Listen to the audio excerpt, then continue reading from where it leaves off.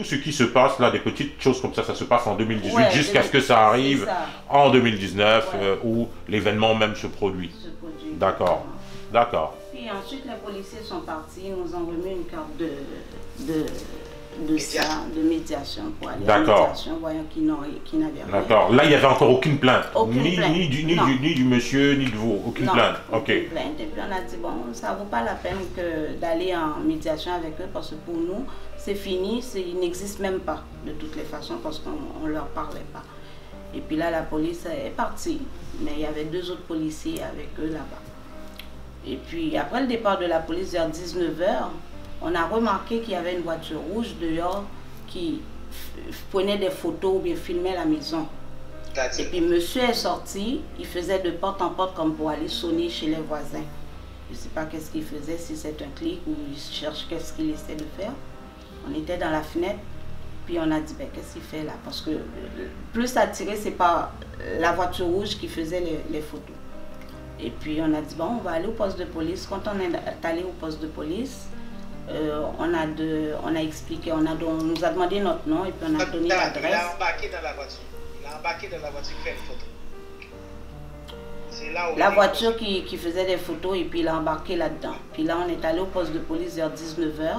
Et puis lorsque nous sommes arrivés, ils nous ont dit comme les policiers qui étaient en charge de cette adresse, ils sont sur la route, ils ne peuvent pas nous rencontrer.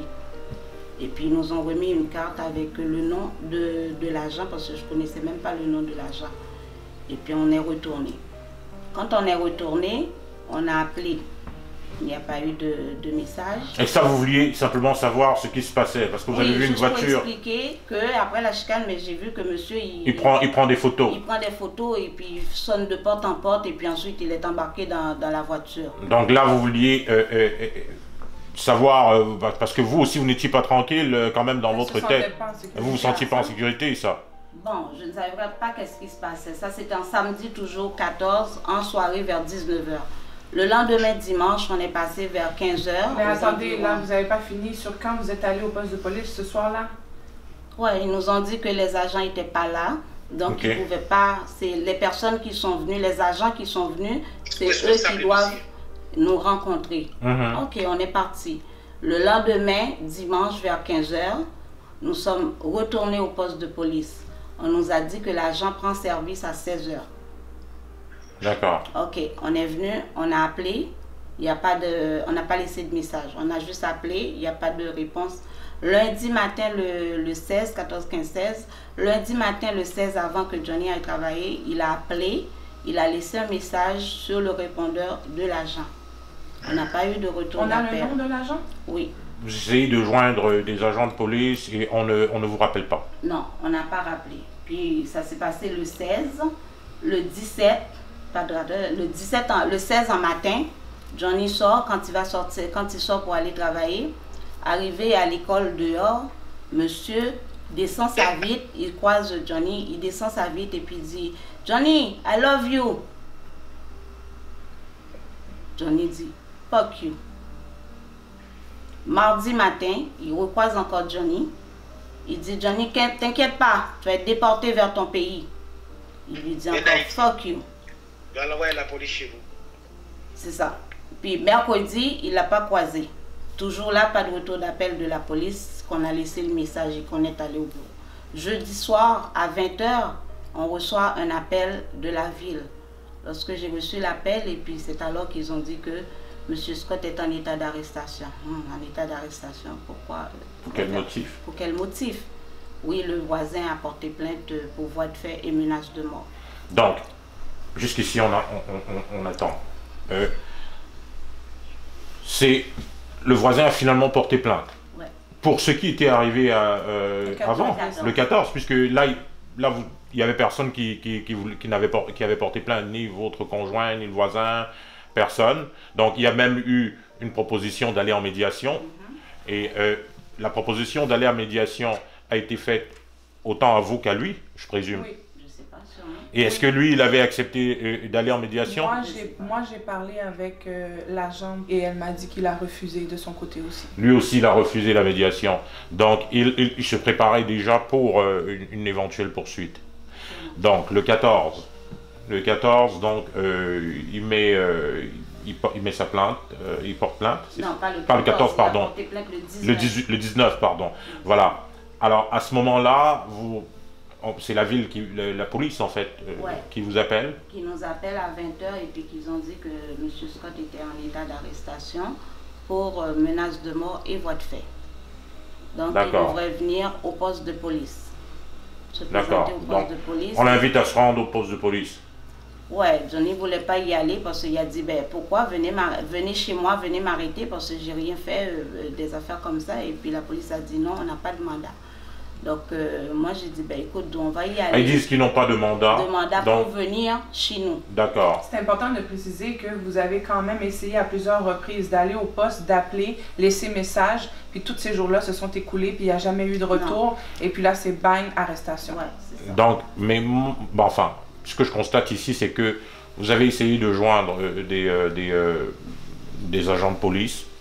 Vous, on n'a pas retourné vos appels. Mais étrangement, il y a cette disponibilité assez rapide là quand il faut vous appeler pour la plainte qui a été portée. Ouais. Parce que c'est quand même étrange, vous n'arrivez pas à joindre quelqu'un du monde du service du corps policier de Repentigny. Et là, quand on doit vous envoyer, on doit vous appeler, c'est de la police même qu'on vous appelle, du poste de police. Ouais. Ok. Donc à ce moment-là, qu'est-ce que vous faites? C'est sûr que... Et à ce moment-là, on s'est rendu au poste de police. J'ai dit à mon conjoint, ben, regarde, là, on va y aller et qu'on va aller voir qu'est-ce qu'il y en est. Okay. Et puis on est allé au poste de police. Lorsqu'on s'en va au poste de police, et puis ils étaient en route pour venir chez nous par notre voiture. Et puis ils ont reculé, ils ont dit, Monsieur Scott, vous avez décidé de venir? Et Johnny a dit oui, par respect pour ma famille. Ah, ben ils étaient en route pour venir ici. Même sans mandat? Oui. Ben, puisqu'ils vous avaient dit qu'ils n'avaient pas de mandat. Donc, ils s'étaient quand même mis en route pour venir? Pour venir, parce qu'on les a croisés, les deux agents qui étaient en route pour venir ici. Donc, ils ont reculé, puis ils ont dit, Monsieur Scott, vous avez décidé de venir? Puis Johnny a dit oui, par respect de ma famille, je viens. Et vous, en retour, vous n'avez pas demandé, ben, vous, finalement, vous avez un mandat? Non? Et parce qu'ils se sont quand même déplacés? Oui. Ok, d'accord. Alors, à ce moment-là, qu'est-ce qui se passe? Puis là, on est rentré à l'intérieur au poste. Quand on est rentré, Johnny était dans la petite salle, ils m'ont pas laissé rentrer. Et puis, il était comme frustré, puis il disait comme que, mais c'est de l'injustice, j'ai rien fait, j'ai pas menacé personne, j'ai rien fait, c'est de l'injustice, c'est quoi ça, quelle menace de mort, tout ça. Et puis, il était dans la chambre avec la police, et puis, donc, fait que moi, j'avais un avocat, c'est sûr qu'il lui expliquait les droits, ses droits ou quoi, là. Et puis moi, j'avais un numéro d'avocat, j'ai contacté un avocat. Puis quand j'ai contacté l'avocate, et puis l'avocate a parlé avec les agents. D'accord. Et l'avocate a dit de signer une promesse de comparution. D'accord. C'est ça. Comme je vous ai montré, donc sur la promesse de comparution, c'était le 12 mars qu'on devrait comparaître à la cour. Et puis il y avait des conditions à respecter, comme ne pas communiquer avec eux direct et indirectement, de ne pas les approcher, de ne pas parler avec eux. Bon, ce qui ne dérangeait pas dans les conditions... C'est le 12 mars 2020. Ouais, 2020. Ouais, ce qui ne dérangeait pas dans les conditions, puisque ces gens-là, on ne les parlait pas déjà. On ne les adressait pas. On n'a pas communiqué avec eux depuis, 2 ans. Pour nous, c'était comme... C'est toujours respecté. C'est ça. D'accord. Alors, le 20 mars, il doit comparaître. Le 12 mars. Le 12 mars, pardon. Et là, à ce moment-là, il revient... On revient à la maison. Le 20, vendredi 20, monsieur s'est levé et puis il a installé... Il n'est pas allé travailler, il a installé des caméras chez lui. Natacha. Oui. Écoute, il faut expliquer qu'est-ce que le procureur m'a dit. Ok, Johnny, oui, d'où? Attends. Il a installé des caméras chez lui. Mais quand il a installé les caméras, il les a toutes fixées sur nous. Mais comment vous savez qu'il a installé les caméras? Parce qu'on l'a vu, j'ai filmé aussi. Ok. J'ai ça en vidéo. Parce que je le voyais installer des caméras. Et puis le lendemain, jeudi 19, le 20, il a installé des caméras. Puis vendredi soir, encore le 20, on est retourné au poste de police. Quand on est retourné au poste de police, on a rencontré les 2 agents qui avaient procédé à l'arrestation. Puis ils ont dit, est-ce que votre avocat sait que vous êtes là? On a dit oui. Et puis, Johnny est allé expliquer qu'ils ont mis des caméras, mais toutes les caméras sont chez nous. Oui, ils ont le droit de mettre des caméras, mais nous sommes des citoyens. C'est pas obligatoire de mettre, ils n'ont pas le droit de fixer les caméras chez nous. L'agent nous a braquer. Ouais. Donc l'agent nous a répondu que oui, ils ont le droit de mettre des caméras. Ils ont le droit de les mettre, de mettre leurs caméras sur nous. Et puis Johnny a dit non, ils n'ont pas le droit de mettre les caméras sur nous. Chez eux c'est correct, dans la rue c'est correct, mais pas sur nous. Et puis la madame a dit comme quoi que oui, il a mis des caméras, c'est parce qu'il a un camion, donc il protège son camion. Il protège son camion, qui met les caméras sur son camion. En tout cas, ça c'est difficile à défendre parce que évidemment il met des caméras sur son terrain chez lui, et puis il peut montrer, il peut justifier que les caméras ne regardent que chez lui. Et puis bon, jusqu'à quel point vous avez cette preuve là que les caméras sont braquées sur vous? Bon, par rapport, ensuite on a été le 23 décembre à la ville. Quand on est allé dire ça à la ville s'est impliquée tout de suite.